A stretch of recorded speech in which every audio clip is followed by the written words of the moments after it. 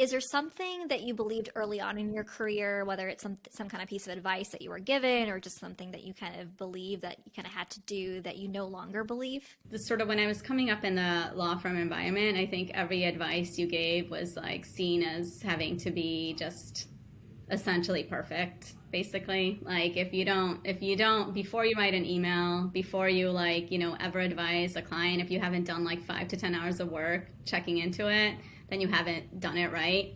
And I'd say it took me probably like almost a decade to unlearn that and to say sometimes like you can just one, you can make mistakes and like you have to own the mistakes, but I think if you own those mistakes, people understand.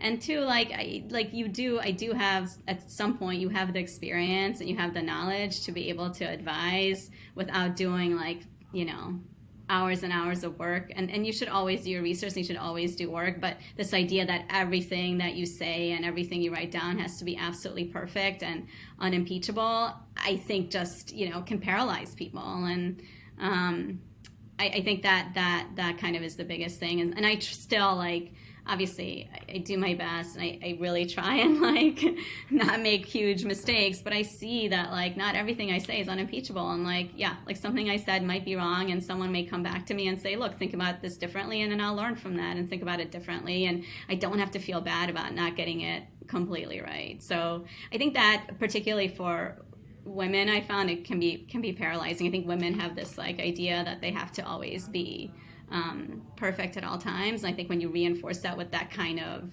work environment, I think you can